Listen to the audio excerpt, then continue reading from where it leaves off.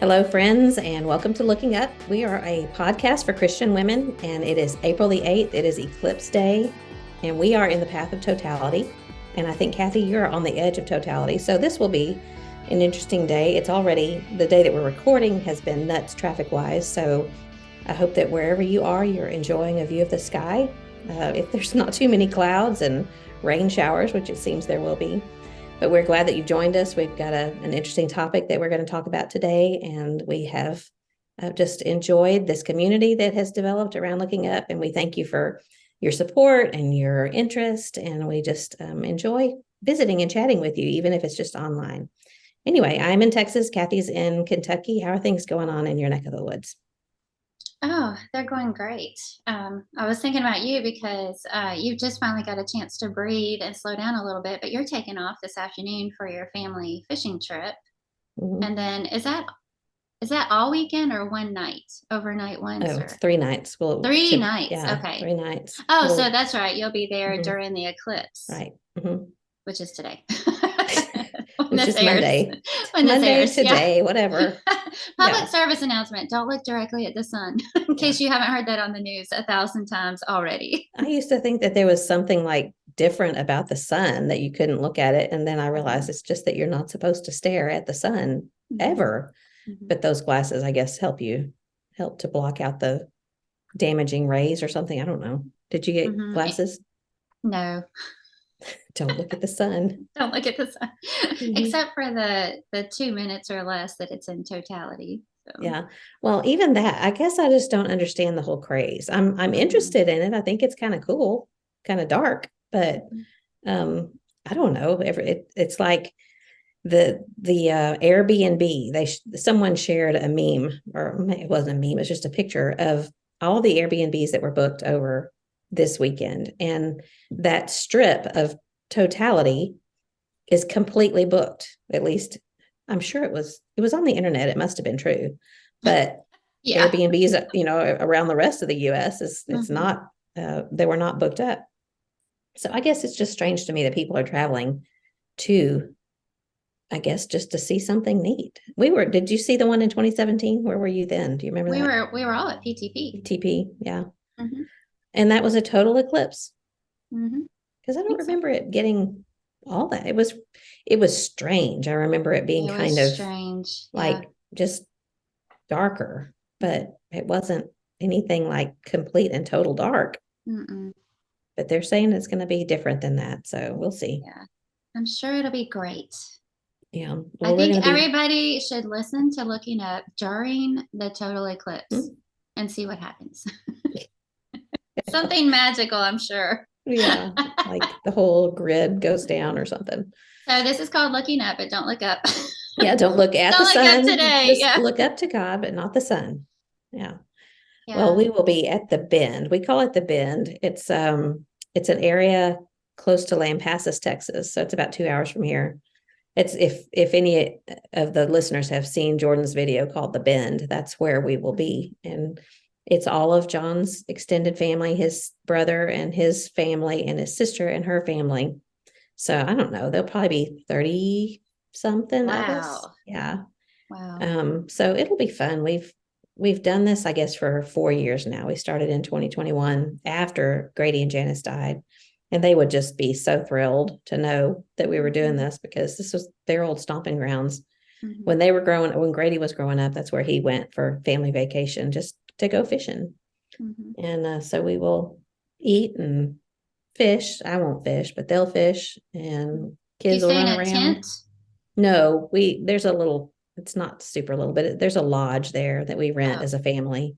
okay. So we have, like our family will have a room. We'll, Mhm. we'll stay with Jordan, Aaron, and the kids. And I think Tom's family will stay in a room with their family. Anyway, it's all divided up and Mhm. we each take a turn fixing dinner. And so it'll be fun. Yeah. Sounds like it's so cool that y'all do that. What Well, special memories, especially for all the grandkids. yeah. Well, normally we do it in May and it's a little warmer, but this time they thought about the eclipse happening and thought it would be kind of cool to be out there for that. And so we moved Ah, it up to, okay. to April. Yeah.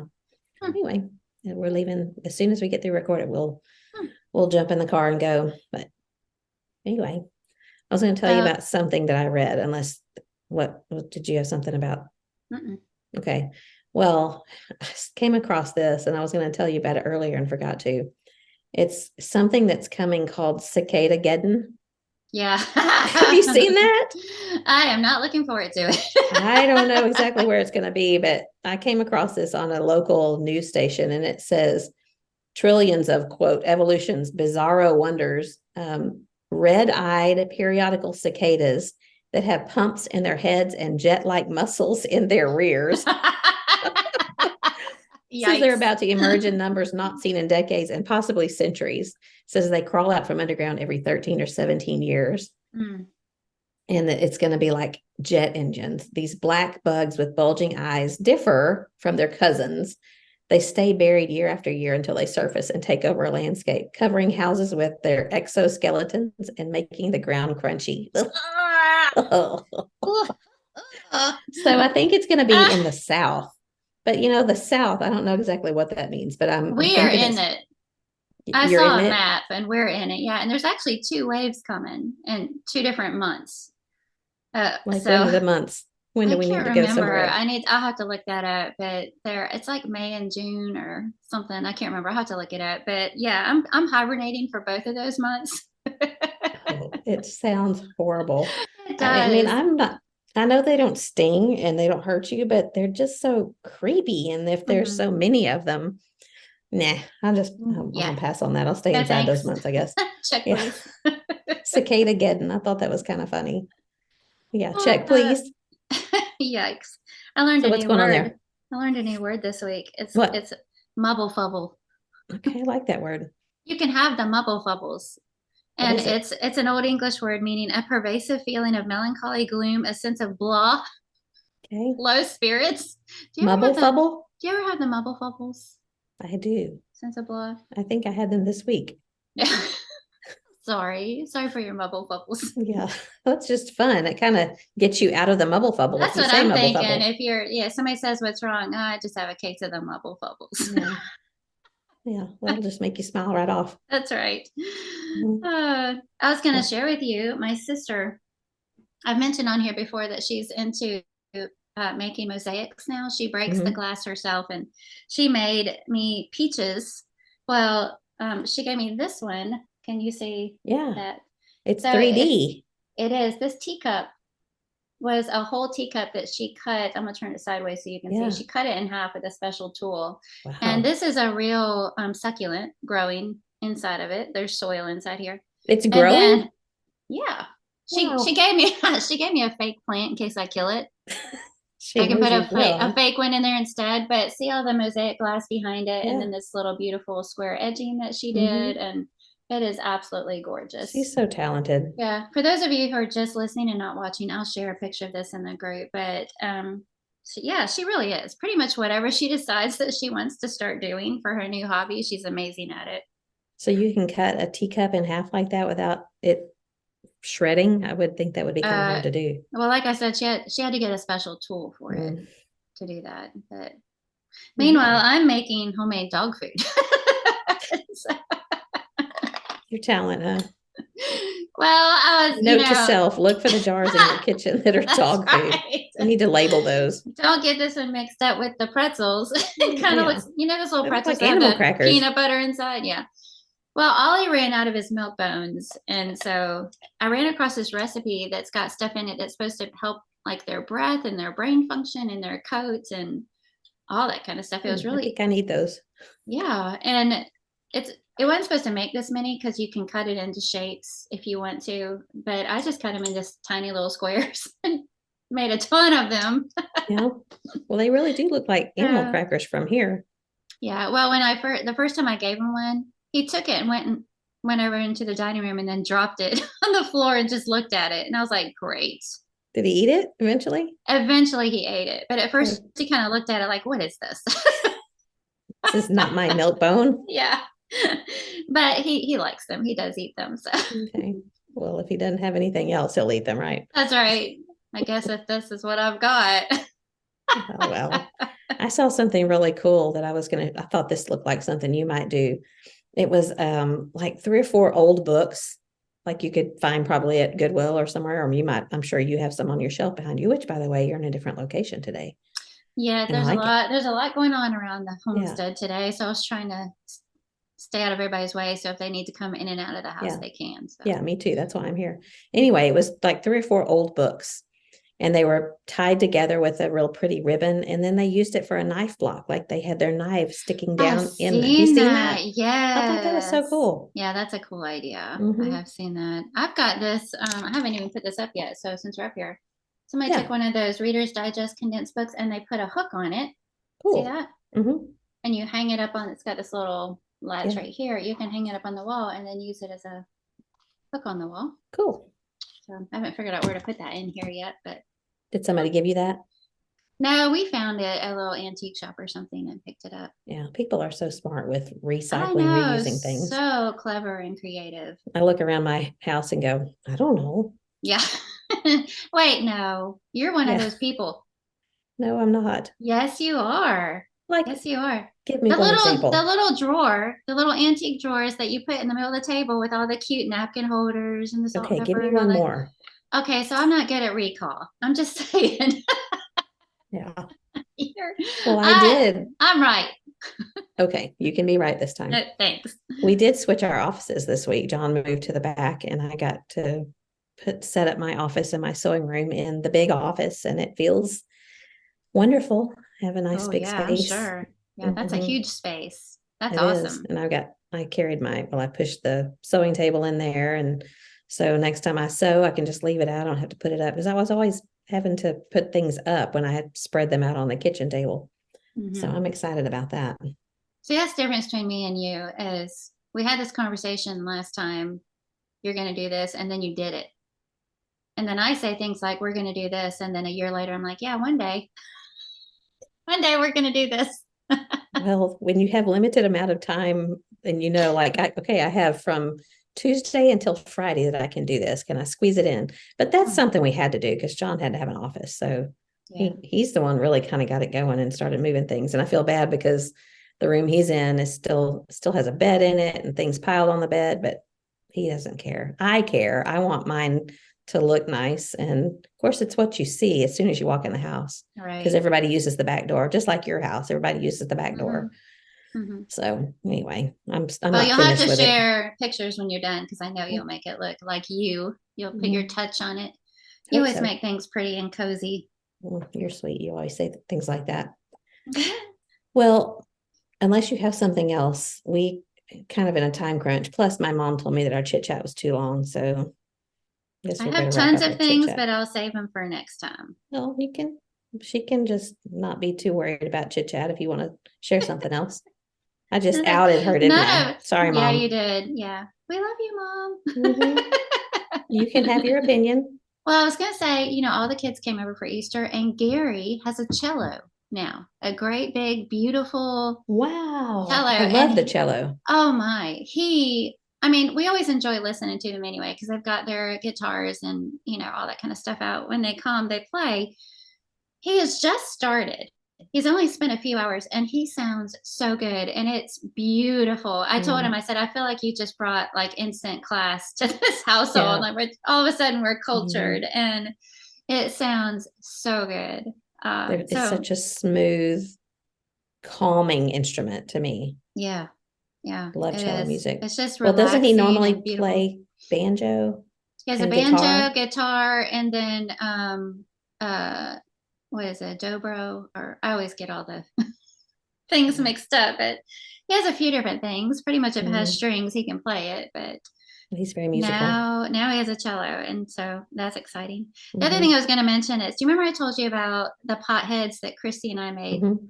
Well, mine's name is Shirley, Hmm. and we had a windstorm one night, and I Oh left no. Shirley outside on the deck. Shirley And the has next demised.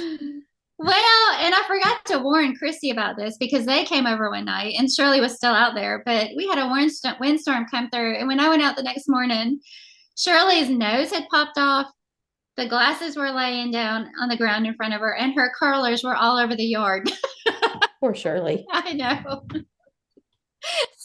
Oh, she had a she y'all had were a under a rough night. tornado watch. Didn't y'all have a Yes, really we bad did. storm the other night? We did. We it was right over a tornado.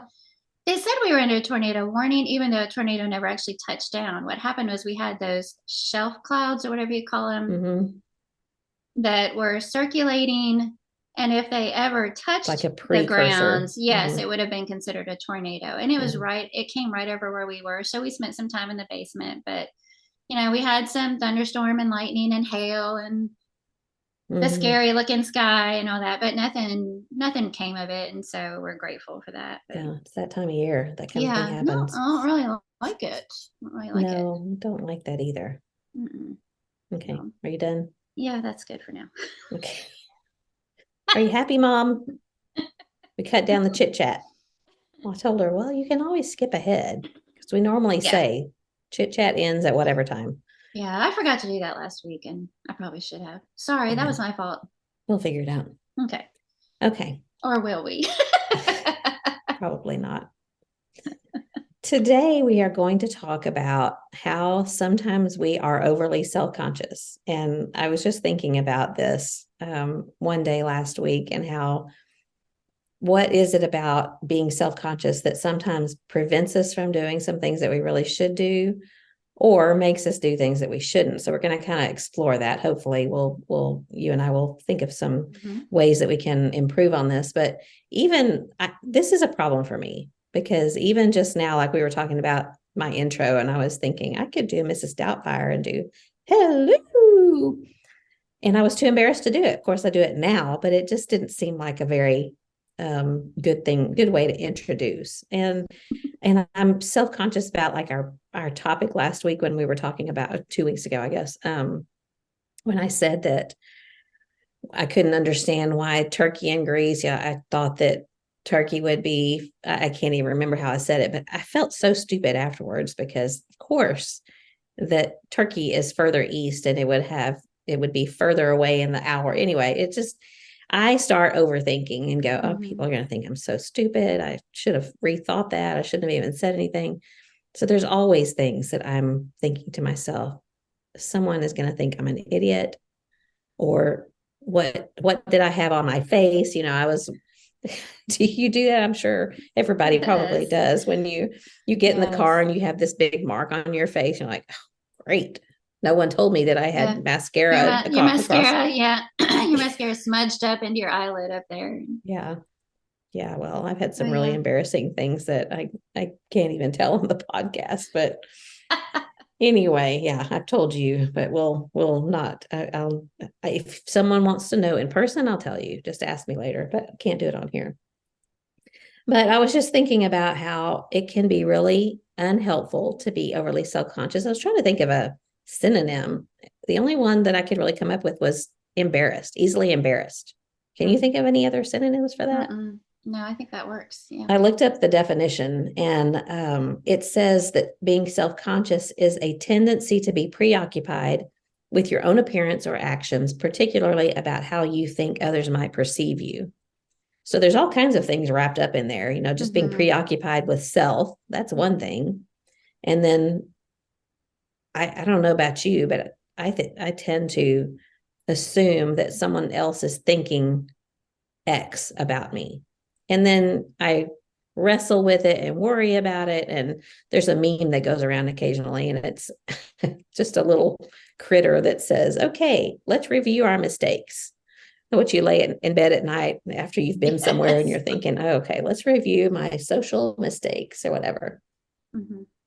I've gotten better about this. It's not something that I don't think I lose any sleep over it, but it is something that I think about, and I am embarrassed about things. And there are ways in which I think being too self-conscious is detrimental to being a Christian even. And so I just thought we would spend a little bit of time talking about what happens when we care too much about what other people think.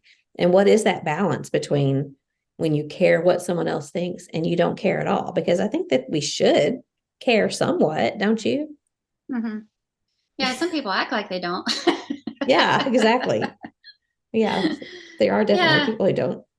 it always makes me feel good when somebody, and I probably shouldn't admit this, but when somebody comes up to me and says, I thought back to what I said and I feel like I owe you an apology. And then they go on to apologize for something that catches you off guard because you're thinking, I I never didn't thought think a thing of anything of it. it. I Uh-huh. didn't, I didn't find that offensive at all. You didn't hurt my Yeah. feelings. I didn't. But it just lets me know I'm not the only one, Yeah. that sometimes drives home thinking, oh, I wonder if that came across this way, or I probably shouldn't have Hmm. said that, or I wish I hadn't have, so Yeah. maybe we all struggle with that to some extent. I'm sure we do because I've Hmm. done that so many times.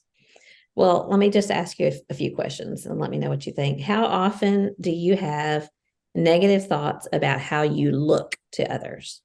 Oh, like always, sometimes never.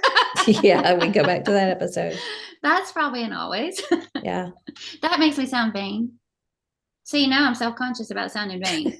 I just think you sound normal because I think most of us feel that way. I Yeah. mean, that's just something that we're self-conscious about. I was thinking about when I was a teenager and the things that I was self-conscious about then. And back when I was a teenager, zits were a thing.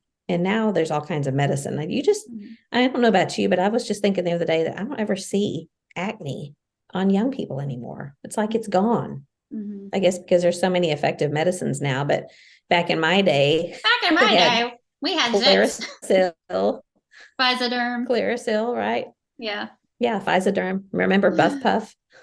I I remember had all that one. kinds of things. Yeah, it was like a scratchy pad that you scrub your face with. And, you're probably Mm. not supposed to scrub your face when you have zits. But anyway, those always seemed to pop out when I was a kid, when I was a teenager, at the worst possible time when you're Mm. wanting to look your best. And so, you got the cover up or whatever. But I just remember feeling very self-conscious about how I looked when I was a teenager. I remember being so self-conscious about, like, in high school when you go in the lunchroom and you don't know who to sit with. And I Mhm. don't know if that was something I mean, I had a circle of friends that sometimes they would they were band kids and they might have had a practice or whatever. And I didn't have that because I wasn't in band in high school. So when you go in the lunchroom, you don't know who to sit with. And that was so embarrassing to me. Like, I have friends, but they're with their other friends or they're doing something else, or would they welcome me at that table? And Mhm. so, I mean, that was a pretty big deal back then to So me. that doesn't bother you anymore? No, but I mean, I'm not in that kind of situation anymore, really, because I'm usually with someone all the time. I'm with John or you or somebody. And so it's like that safety in I don't know how to say it, but you just have that comfort of someone being with you. Mhm. Does that bother you still? Yeah, I still feel that. When you're thinking about going to a fellowship, potluck, or anything that involves a bunch of tables set up and you have to go in and find your seat, or a full Yeah. classroom, you have to go find somewhere to sit. And I still have that awkward, huh? Really? Where am I going to sit? And are they going to care if I sit next to them? Or, yeah, Yeah. it's still in high school. Yeah. Well, there's many ways that I'm still in high school. But even though, if I'm honest, and I'm a little embarrassed about this, but my religious differences, I always thought about in high school and even a little bit younger than that, the things that we didn't do, what set us apart. And Mhm. in my mind, and I have to say that this is in my mind because I know my parents taught me differently. It wasn't about what we don't do, but I feel like I honed in on this is what I don't do. I don't drink. I don't dance. I don't do these things. And so that set me apart. And instead of seeing that as a positive thing, I saw it as not a negative thing, but as something that just made me weird. Mhm. And I think that I've come to understand that more fully and realize that we're not to be different just to be different, but we're different because we've been called and we have a reason to be different from the world. And I don't think I want to look different just to so people will look at. I mean, that's not right. Just to be different so people will look at you. But but that was something that was kind of a big deal for me when I was younger. Mhm. That I think I've improved on that in that area. But now there's still things that I'm self-conscious about or embarrassed about, silly, dumb things like what I don't like to eat is embarrassing to me sometimes. And I tend to, isn't that What? ridiculous? I Yeah. didn't know that. Yeah. Like, because I guess because I have that texture issue. And so if I don't like this, I don't really want to say that because it makes me look like a 5-year-old. Yeah. So, I mean, there's appearances, I'm still self-conscious about my appearance. And I've noticed that, because I go up and down with my weight all the time. And I feel more confident when I weigh less. It's just kind of a fact of life for me anyway. It's not necessarily something I like about myself, but I am. That's just being honest. Mm-hmm. So I was looking at some synonyms for being self-conscious, and these were some of the words that came up: timid and shy and clumsy, nervous, bashful, awkward, tentative, mousy. I love that one, mousy. And then, okay, here's a test for you. How do you say the word Gauche? Oh, I don't know how to pronounce that word. I've Well, only read it and I say it different in my mind every I've time. always thought it was gauche, like a Mm-hmm. kind of a French word. Well, it's gauche, Gauche. but it means that you're like awkward and self-conscious. So, I mean, to me, it just means that we lack self-confidence. So, Mm-hmm. what are some things that maybe you can think about that are some bad things about being self-conscious? I have some ideas, but I'm curious what you think. So I was thinking about the negative aspect of that too. Mhm. And for me, if I were to use those words that you pulled up, the awkward is where that's what I resonate with because that's how I feel in those kinds of situations where I feel self-conscious. I feel awkward. And Mhm. sometimes it's with certain personalities, even there are certain people that Mhm. bring out the awkward in me.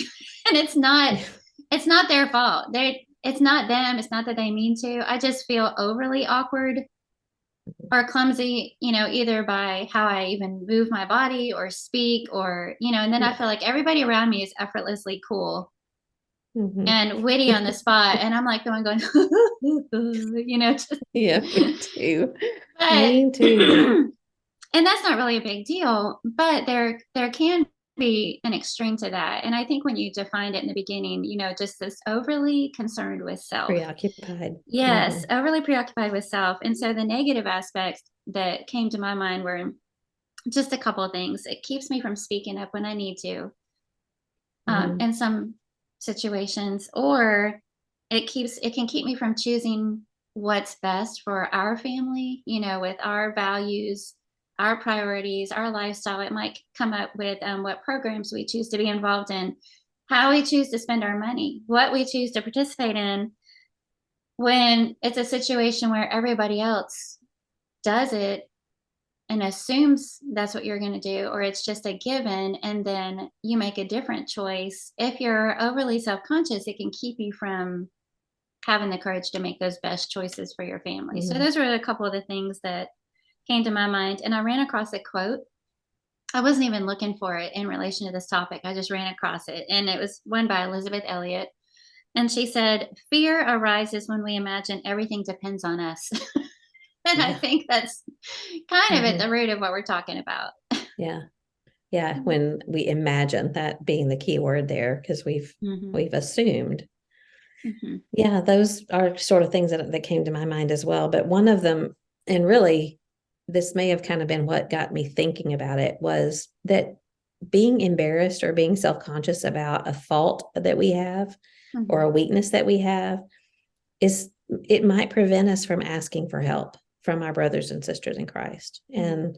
And I know that's happened to me because it's if there's a situation that I am struggling with that I don't want to admit that I'm struggling with, Mhm. and yet if I could lay it down at the feet of other people that are willing to bear that burden with me, then I think that's something I need to let go of, that self-consciousness. And I Mhm. think when we do that too, it just really opens up a door for other people to say, me too. And I feel you, I understand.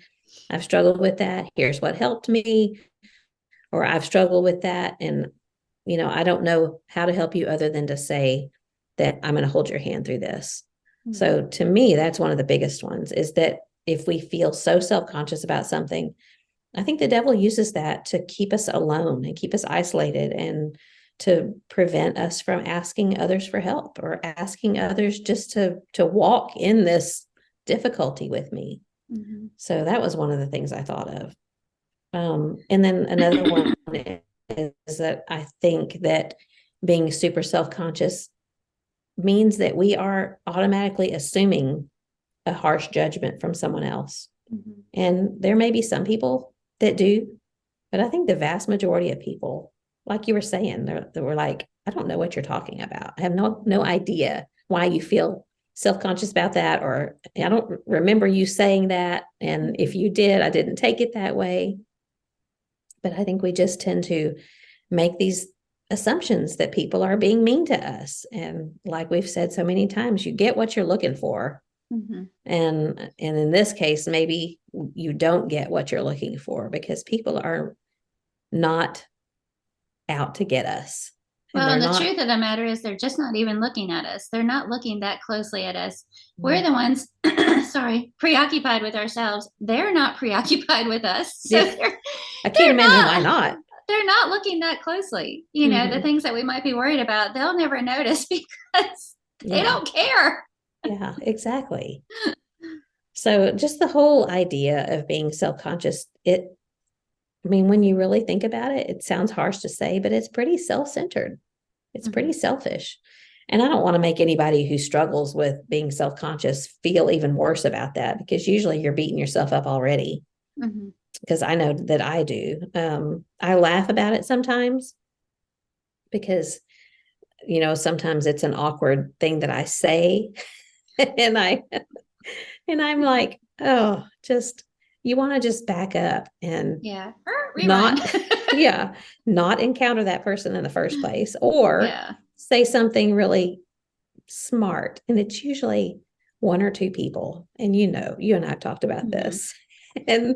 And some people, they can look at you like, oh, and you're like, well, I mean, what I mean is, and then you just get yourself in deeper Exactly. and deeper Uh, and deeper until you can't get out of it. And my cheeks are getting hot just thinking about that kind of a scenario. When you were talking, yeah. I was thinking it sounds like, and I hate to say this out loud, but it sounds like arrogance plays a part, pride plays a part, Mhm. perfectionism Yeah. plays a part, and needing to come across like you've just got it all together. Yeah.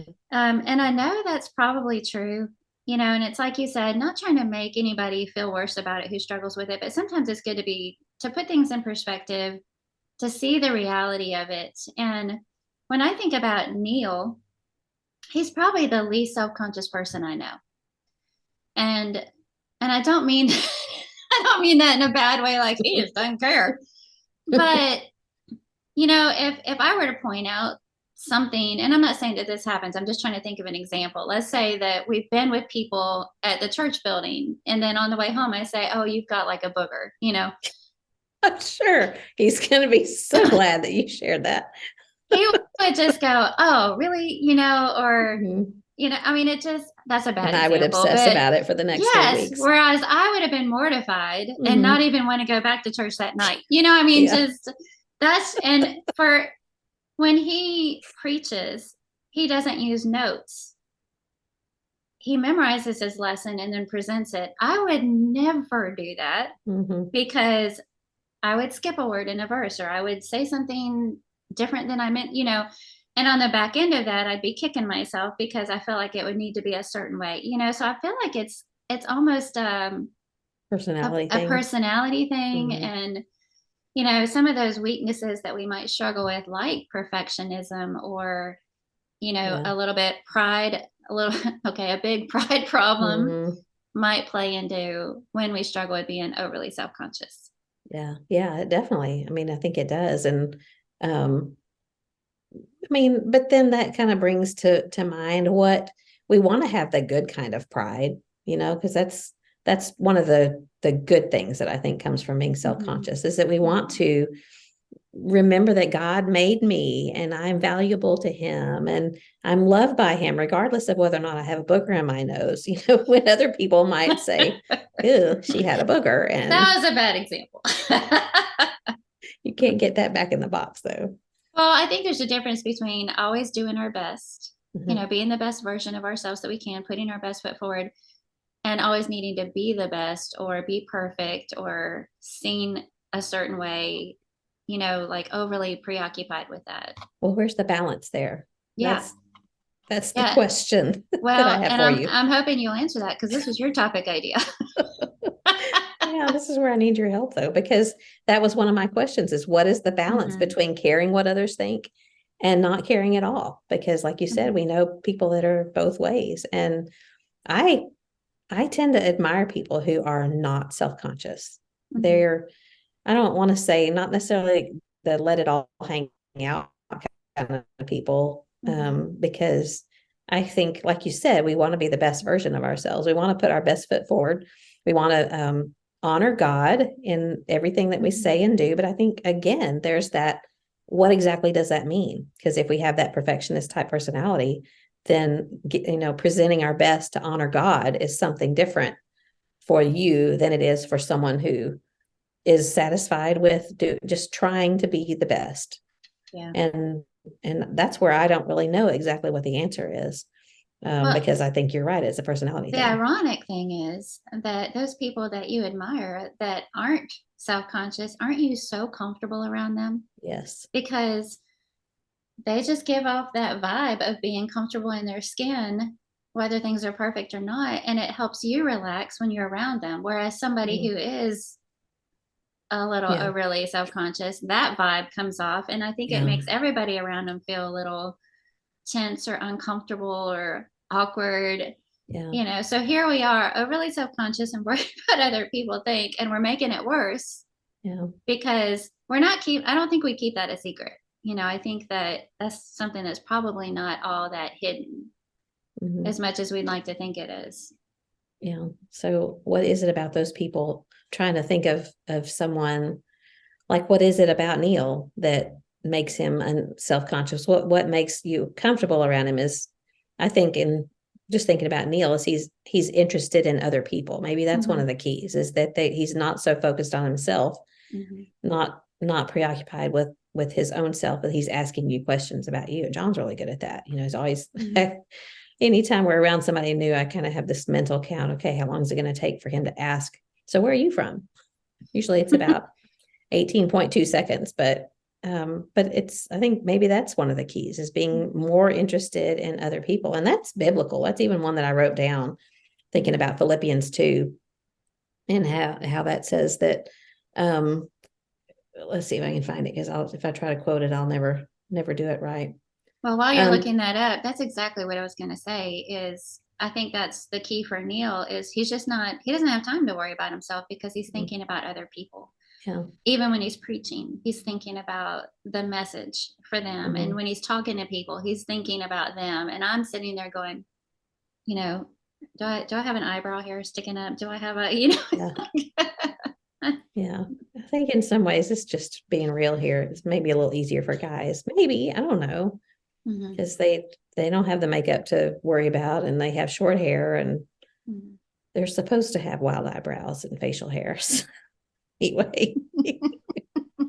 Okay. Back that up. Can we edit that out? So Philippians 2. Yeah, this is what I had Unscripted. written down. Huh? Unscripted for Unscripted. sure.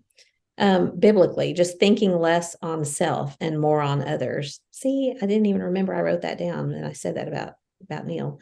But Philippians 2:3, do nothing from selfishness or empty conceit. And that's kind of a slap in the face there, thinking about conceitedness. Is that even a word? Mm.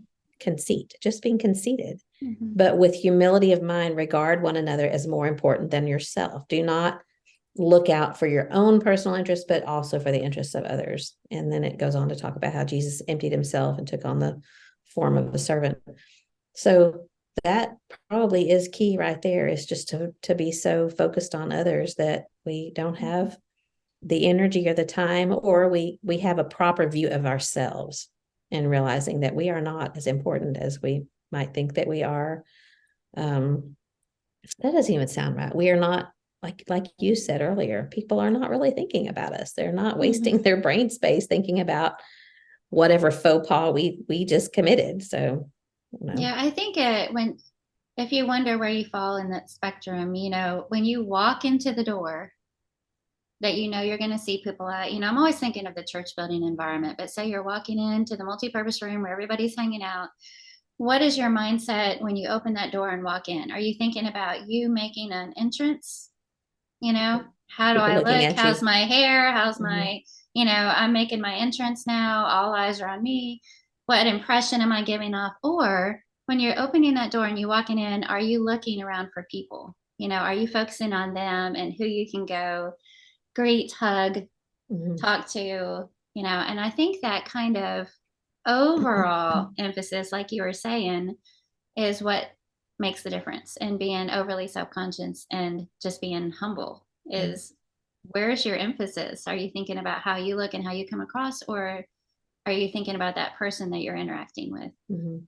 Well, that's probably a good action point, is to decide, today when it airs will be Monday, but today for us is Friday. Mm-hmm. Think about Sunday when we enter the auditorium, instead of thinking, we just shut down any thoughts of ourselves and look Mm-hmm. around at other people and see, we maybe locate 5 different people in the auditorium that we can go and encourage and say something to. And maybe making that a practice is something that can help get rid of some of that embarrassment or that self-consciousness that we feel all the time about Mm-hmm. ourselves.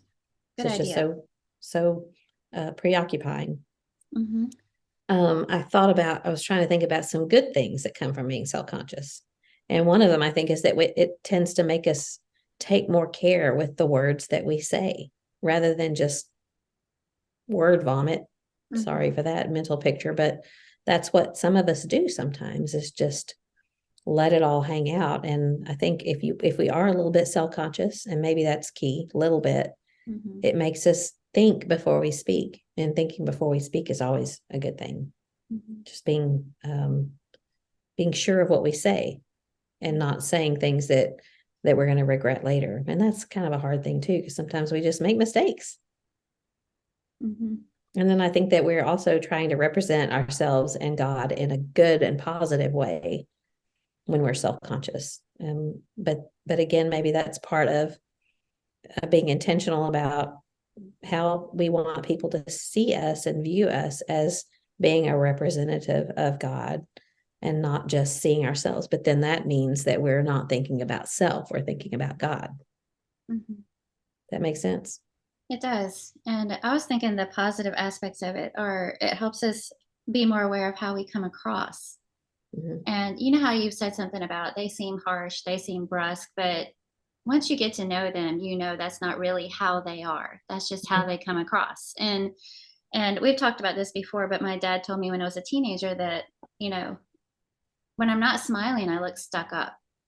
And I never knew that about Mm-hmm. myself. So I had to be kind of aware of that, the way my face looks. Mm-hmm.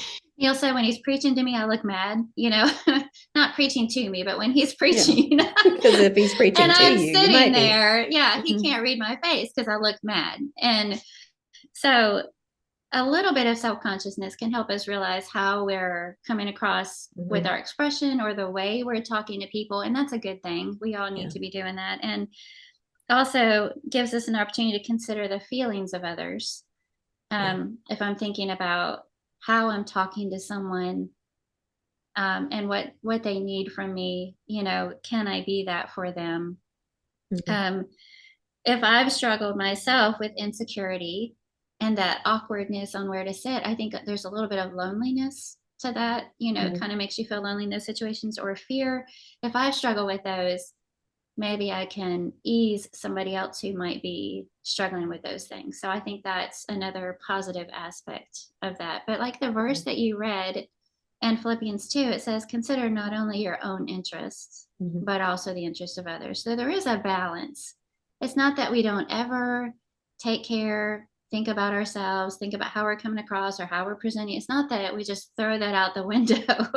Mm-hmm. But that we spend a greater emphasis, I think, on the people around us instead of our own interests, Yeah. maybe. There was something you brought up that brought a thought to mind, and the train almost left the station, so I'm trying to bring it back. I guess it's that I I know I've said this before, but when you're thinking about greeting someone or going in the auditorium cold turkey, and you don't mean when you're at home, you know people, it's a little more daunting when you go into a room filled with people that you don't know. But think about that, how you're viewed when you go greet someone that doesn't that you're not familiar with, visitor. Mhm. It's not you. Have you ever looked at someone who came to you and said, "Hey, my name is Kathy, and I'm glad you're here today"? Have you ever gone, "Oh, they were weird"? No, you don't do that. I mean, I Mhm. think any of us are so grateful for someone that just walks up and greets us and makes us feel welcome.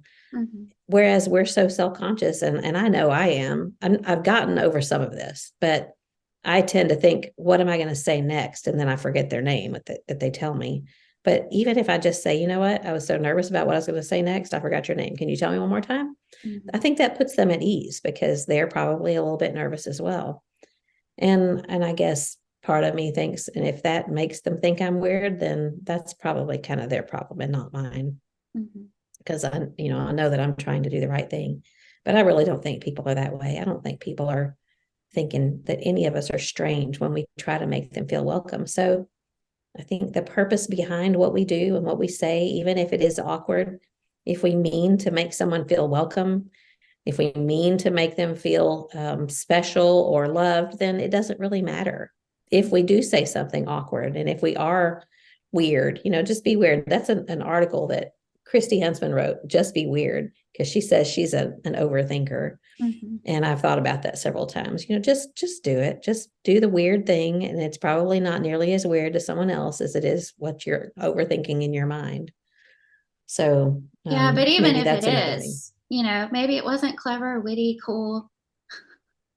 Mhm. Maybe it was awkward, but just gonna have to get over yourself Yeah. because, like you say, it's better to make the overture, and that overture is one of friendliness and warmth and acceptance Mhm. and going to talk to somebody. And I was Yeah. thinking about, maybe broadening our scope here. We've spent a lot of time talking about interacting with people when we come together as a church, but think about how this plays into work environments, family relationships, all of our closer relationships, friendships, and in every scope, it's going to affect it one way or another.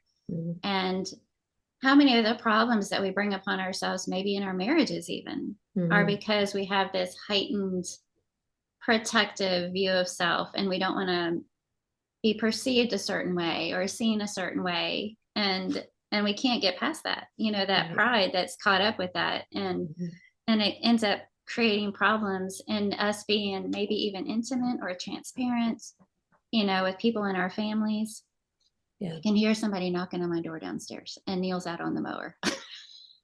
Well, they'll walk around and find him. Yes, I I can't. will. I can't hear anything. Do you need to go see who it is? No, I won't. No, they'll No, figure it's it out. okay. Yeah. Well, when you said get over yourself, it reminded me that you have a Bible marking topic called Get Over Yourself. And Hmm. that might be a really good thing to put in the group next week because Okay. I've got that one in my Bible.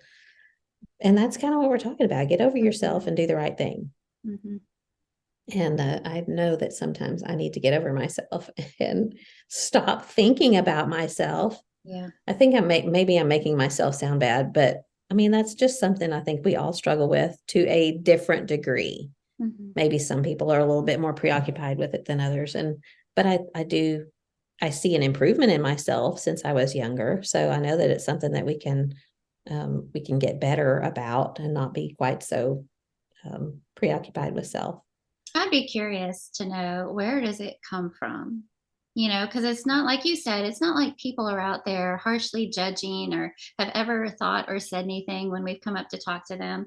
So why do we struggle with that in the first place? I don't think there's this starvation for words of affirmation. I need Yeah. people to tell me I'm wonderful and Mhm. cute and funny, and that's not what it is. So where Yeah. did it come from in the first place? How is it just somehow I've allowed myself to be preoccupied with self or proud or, you know, I'm just curious. I just brought Yeah. that up. I Yeah. don't I don't know. know. I don't know the answer to that. I'm just wondering.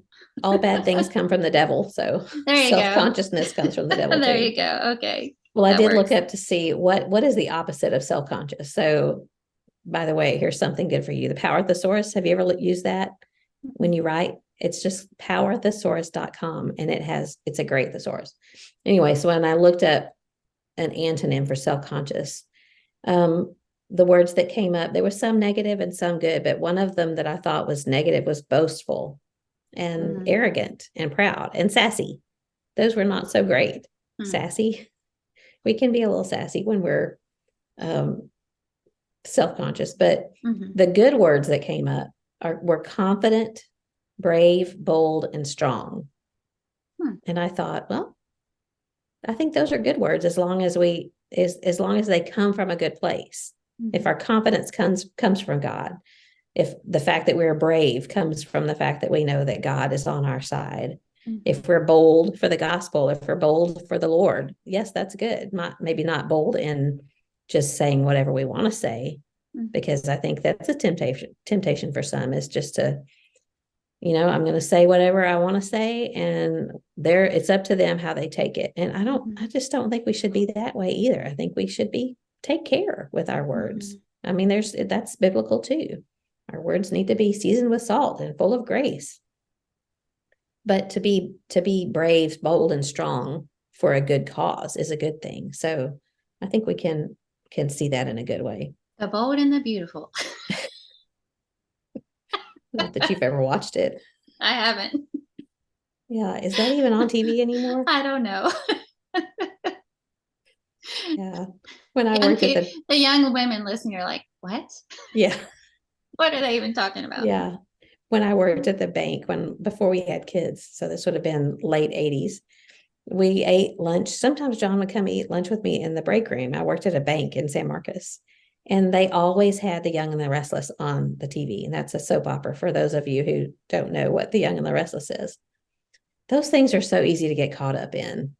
And so I literally had to like make myself stop watching that because you find yourself rooting for someone to cheat on their spouse. Oh And that's no. just not right. I mean, you Yeah. don't realize you're doing that, but Yikes. I mean, I always knew soap operas were not great. And I think back in the day, they used to call them stories. But anyway, Mhm. that's beside the point. That's a little side note. How did we even get off on it? The Bold and the Beautiful. Oh yeah, that was me. Sorry. That's your fault. Okay, so I was thinking of some other scriptures that were talking about this topic and how um, where do we find our identity? Is it in the way we look? Is it in how smooth of a speaker we are? How cool we are, whatever? Or do we find our identity in knowing that we belong to God, that we're a child of God? So there's several passages. 1 Peter 2:9, we're a chosen race, we're a royal priesthood, holy nation, we are God's own people. So that we've always talked about finding our identity in Christ, but I'm always interested in knowing the practical as how do you do that? And I Mhm. think it's a process. It's not just something that you flip a switch and you say, okay, today I find my identity not in how my hair does, but in the Lord. And Mhm. it's not a flip of a switch. It's something that we determine that this is what's most important to me, and it's how I look to God, not how I look to someone else.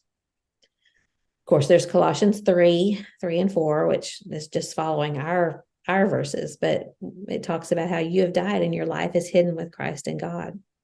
Galatians 2:20. Do you ever say that without singing it? I can't Not in say my it head. without Yeah. singing it. Mhm. Yeah.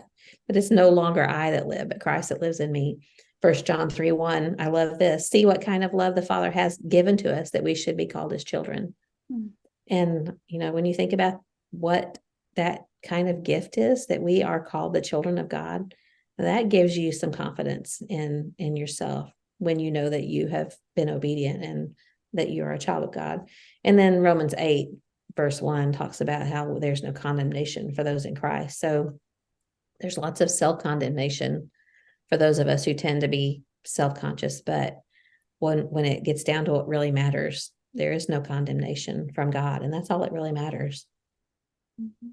Here's another question for you, and we can wrap up pretty quick, but how often do you overthink or obsess over embarrassing conversations with others, or worry about a perception that someone may have developed after a conversation? Are you in my head?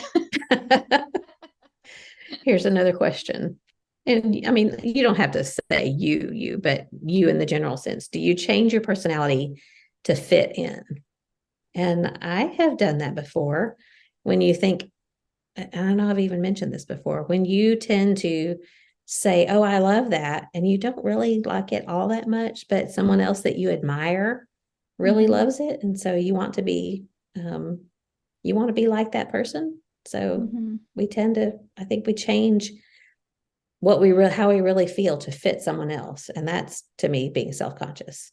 Mhm. I think I wrestled with that a lot more when I was younger, Mhm. and now I almost have this like extreme opposite of that. Yeah. If there's something that everybody else is all on board with, I don't want any part of it. I just want to do the exact opposite. Or Yeah. Yeah. Well, what was I going to say? I remembered something when you were saying that. Anyway, we can move on. Mhm. Well, I just think that there are lots of areas in which we tend to be super self-conscious when really what we are being is super self-preoccupied, or I don't know, however you want to say it. And we just really need to get over that and stop obsessing about ourselves and Mhm. start being preoccupied with what God wants us to be preoccupied with. And I think that's where I really just Mhm. wanted to have a little conversation about um, how God wants us to be rather than how we tend to be if we're left to our own devices. Does that make sense? Yeah, it does. And I hope that we can all plug this into all areas. We've kind of used the example of appearance because that's an easy one.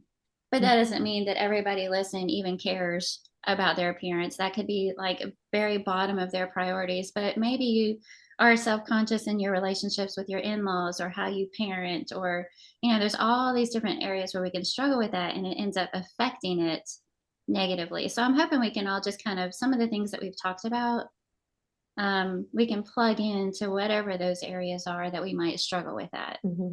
We may Yeah. not care at all about our hair and our makeup. Yeah, that's a good point, because there are some people that just really, it doesn't matter at all to them. And there may be something else Mhm. completely different that they tend to be preoccupied with. And I mean, Mhm. I think that would be interesting to know from maybe next week in the group, we can talk about that, because Mhm. I always admire people that, say someone says, I really like this. And someone else might say, well, I really like something else. I'm trying to think of an example. When someone questions, whereas I might say, oh, yeah, someone else says, well, I don't understand. Could you explain this further?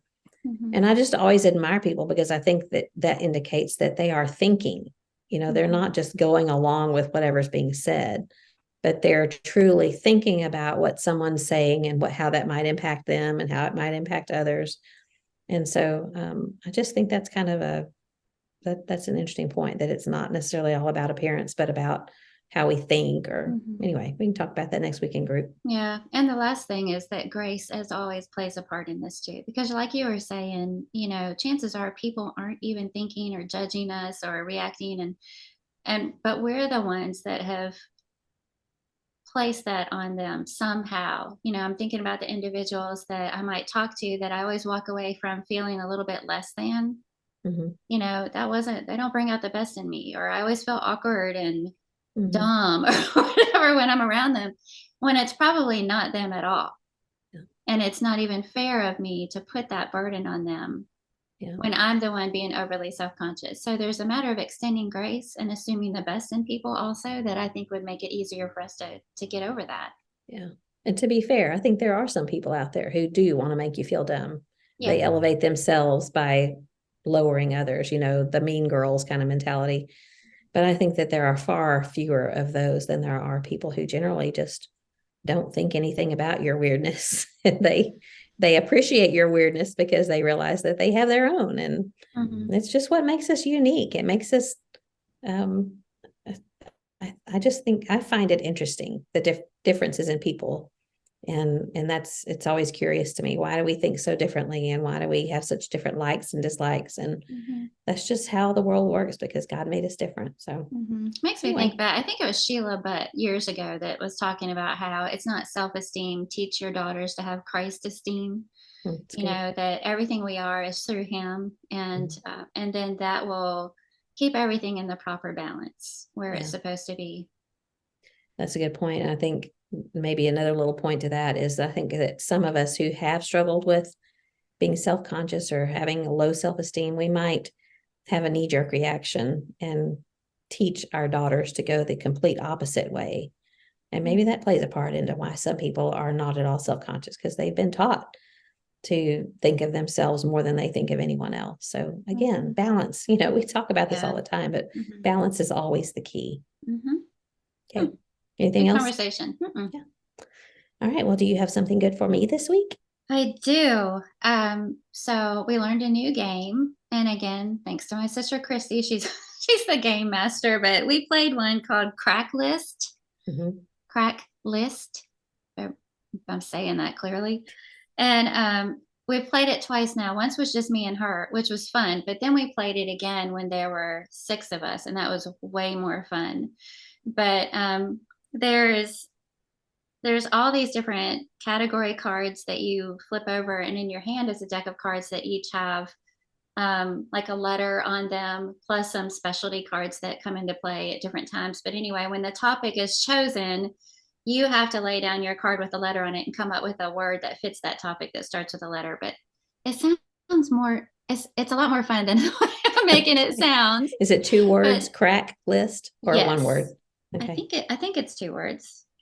I don't know, actually, now that you say that. I think it's 2 words, but just comes in a little box. It's a lot of fun. Gets a lot of good discussion going too. So, and I love games that make discussions come up. My something good for you is to read an old book that you read when you were a kid. And I've got several here. I was just looking through my bookshelves because we're going to be with the kids, grandkids this weekend, some of them. And I know I told you that I read a book to Jackson back at Christmas time. So I was looking for another one. And it was funny. I came across this Beverly Cleary, The Mouse and the Motorcycle, and this blue piece of paper that's on it. I'm pretty sure that was Micah's.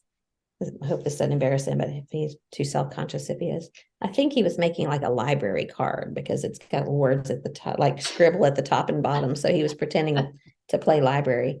But The Mouse and the Motorcycle, The Cricket in Times Square, this was my favorite of the Little House books, these Happy Golden Years, because it was the one about Laura and Almanzo when they got married. I think she was only 15 when she married him. So I was probably about, I don't know, 13, 14. I read this, and it was so romantic to me. But I love all of the Little House books. And I this is a newer copy, but I had a copy that was just worn down to nothing. And then Ramona the Pest, another Beverly Cleary. And this is one that I got for Emmy. She's not a pest, but it's the age that she is when I think this was a book that my teacher read to our class. And it was just so fun. She writes with such description, and so I got that to read to Emmy. But anyway, just read an old book, a child's book. It will do your heart good, make you feel nostalgic, make you smile and laugh. So that Great was idea. something good. Yeah. Did you know Beverly Cleary struggled in school? She really had a hard time keeping up with studies and reading and writing and spelling, and was really discouraged when she was going through school. And now look, she's literally sold like millions of copies of her books around the world. So I've always enjoyed her books. I'm gonna go back and read Gypsy Secret. That was one of my favorite books as a child. I've never heard of that one. I haven't even read it since then, so now I want to go back and read it. Yeah. I mean, there's lots of, I think I went not too long ago, read all of the Little House books again. The Long Winter was another good one. That one will just make you cold by reading it. But anyway, read a kid's book. It's good for your heart. Good idea. All right. Well, it's been a fun conversation. It's been enlightening as always. I love the things that you have to say, and you make me, I think you bring out the best in me, because you make me think about good things. So I thank you for that. That's so sweet. I feel the same about you. Okay. Well, until next week then. Keep looking up, but not directly into the sun. Okay. Your friendly service reminder. The sun, S-O-N. Go find you some eclipse glasses and you can look at the sun if you have those glasses. That's right. All right. Love you. Okay. I will see you next time. Love you too. Okay. Bye-bye.